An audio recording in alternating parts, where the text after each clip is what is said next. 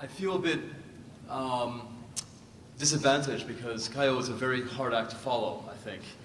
And I also know that you're probably getting sick of my voice. I've been here a few times. And I also, being the last speaker, I stand between you and the cocktail. That's the most pressing issue. So I will try not to speak too long. Really, many of the things that I want to say, and I'm also, today I'm not using a PowerPoint, so I'll make friends with the mic. A lot of the things about Rio and about the Decade of Biodiversity and about COP11, I've already alluded to or have been alluded to in presentations during the past 2 days. And I really just want to touch on a few things and just try to put it into context if I can from our perspective. Really, when we're looking at Rio +20, we're looking at the Decade for Biodiversity, we are looking at sustainable development, and the green economy is a big theme for Rio. One of the things, though, that I think is really important to note is we live right now, in 2011, in a really unique time. Something that hasn't happened really ever, not in 1,000 years, not 2,000 years. The world is developing. This is no longer the West and the rest. The rest are catching up. Everyone is catching up. This is the big challenge. We right now have about 7 billion people on the planet, another 2 or 3 billion coming. To my mind, that's not the issue. That is serious. But it's, I think it was alluded to yesterday, there are about 1.5, 2 billion people who are considered really wealthy, really rich. And there's another 7 or 8 billion people who really, really want to become rich.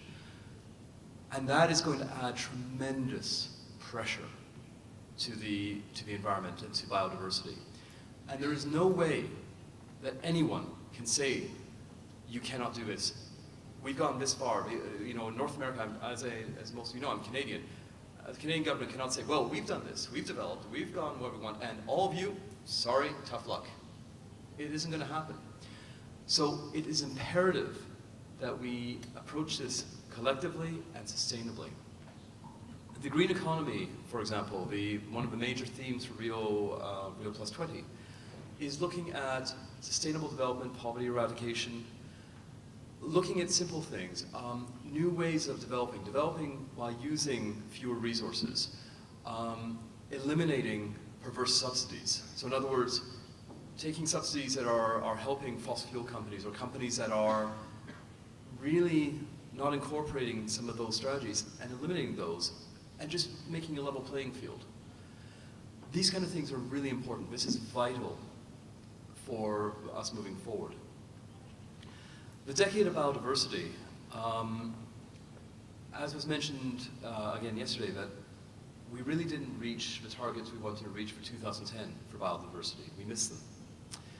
We are doing our best, but for the decade, what we're hoping to do is actually create a series of action plans. We have the targets, we have the Aichi targets, which I discussed. And many of my colleagues right now are going around different countries, different regions, and we are discussing national NBSAPs, National Biodiversity Strategic Action Plans.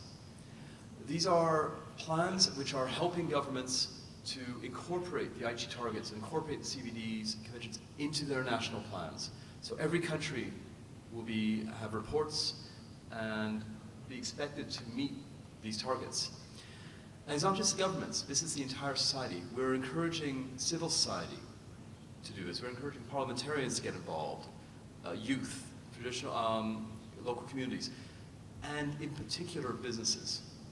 Businesses are key to this. It's key that businesses get involved in terms of moving the agenda forward, but it's imperative that businesses get involved in terms of taking action and making sure that you actually incorporate what we have discussed the past 2 days into your daily routines. Because if that happens, if it becomes mainstreamed, then it will become less difficult to do, and the next step will be less difficult. The first step is always the most difficult one. And these action plans we are going to be rolling them out gradually, and we're going to have each COP meeting, COP11 and then COP12 in 2014. Each one of those will be way stations on the way. And 2020 is not the end journey. 2020 again is a way station. but we are looking towards moving this forward. Now for COP11, from a business point of view, we want to make sure that we get businesses involved. We want to ensure that we have high-level meetings between businesses and representatives, ministers, governments, because we want to make sure that the governments understand, the representatives understand what the needs of business are. Obviously, everyone talks to each other in capital and in the country, but we want to make sure that businesses come and are making it very clear at COP, look, these are our concerns. This is what you're doing. This is what we like. This is what we don't like. This is what we need from you. This kind of message is really, really important. We want to make sure that we're showcasing what businesses are doing to other businesses. Partly it gives a bit of it gives a platform. Businesses are doing the right thing. We want to showcase that. We want to give them a platform. We also want to encourage those businesses that are not yet doing it, but either don't know how or don't know they need to do it. We want to show them what's possible. And again, not the fact that, oh, this business is doing it as a side issue and, you know, we're spending a bit of money and it looks good, but yeah, they really don't like it. No, the businesses can make money doing this. They can have a sustainable business model by doing this. This is really, really important to demonstrate. So we really would encourage people to come out to the COPs and showcase. If you're doing actions, if you're taking actions that are sustainable, that are positive for biodiversity, come out, showcase it. Same thing for Rio. If there is a business event in Rio, come out, showcase it. That's really, really important. What Kyle was saying about the Business Biodiversity Initiative, I am thrilled to hear this.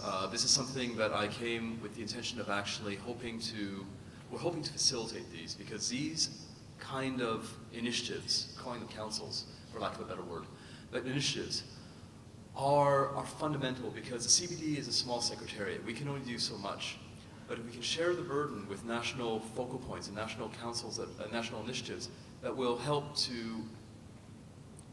build capacity amongst businesses, help to raise awareness, that is absolutely vital.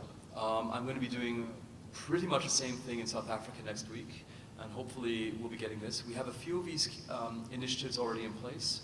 We'd very much like Brazil to be a leading light in this, and then we're hoping that when we have one of the global platform meetings, which I alluded to in December, we hope to invite all the councils that are out there, Brazil especially, to come out to present, and we hope to have even more of them at COP and have this build. The more of it come up, the more of it developed, the more important it is. And I think it's really important that we also don't just have this as forgive the term, as a Western conceit, as the rich Nordic countries are doing this because, yeah, well, they can do it and they don't really care. No, everyone. Key emerging economies, the BRIC economies, Brazil, India, China, Russia, are very, very important. South Africa, Indonesia, all these major economies.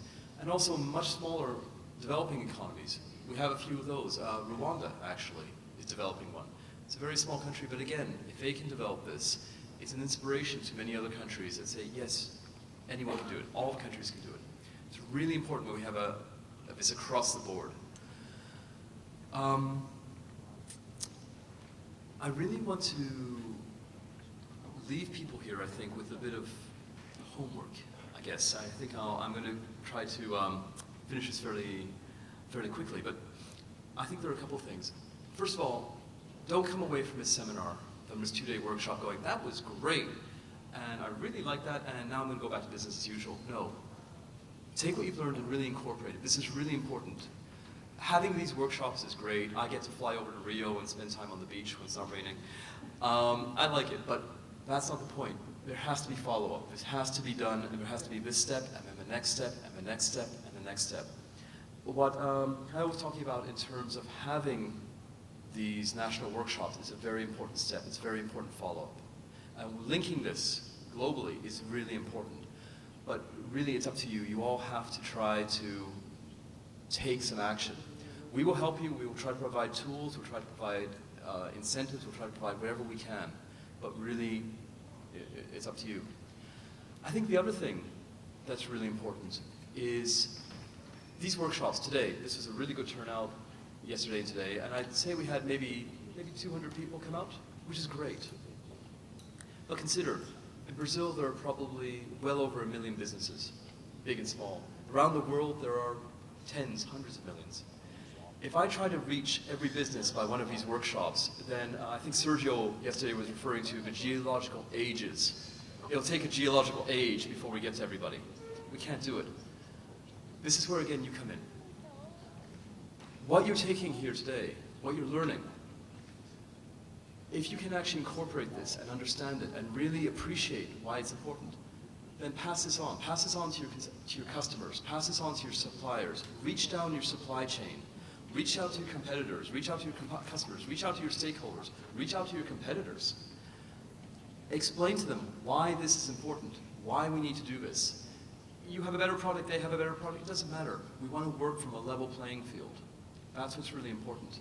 And I think if everyone reaches out, if you tell your supply chains, your ecosystem of companies around you, and then that ecosystem tells their ecosystem, suddenly instead of reaching 200, we've reached 1,000, 2,000, 20,000, 100,000.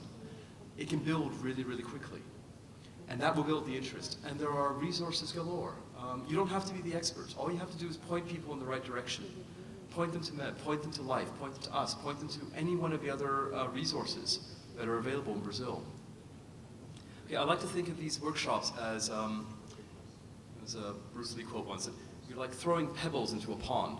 The pebble itself is nothing, but the waves that come along the pond can reach the end, and you can have a profound effect. If you like, this workshop is a pebble. All of you would represent, what your actions will be afterwards are the waves coming out. And really, it is up to you, and I think I really encourage you to really appreciate what's been said here, to understand it, and to take the action, because we can only do so much, and the actions really have to be up to you. But we will provide the tools. There are many opportunities. I encourage all of you to participate in Rio Plus 20. I encourage all of you to take part in the COP11 meeting in India, if you can. There will be much more information on our website.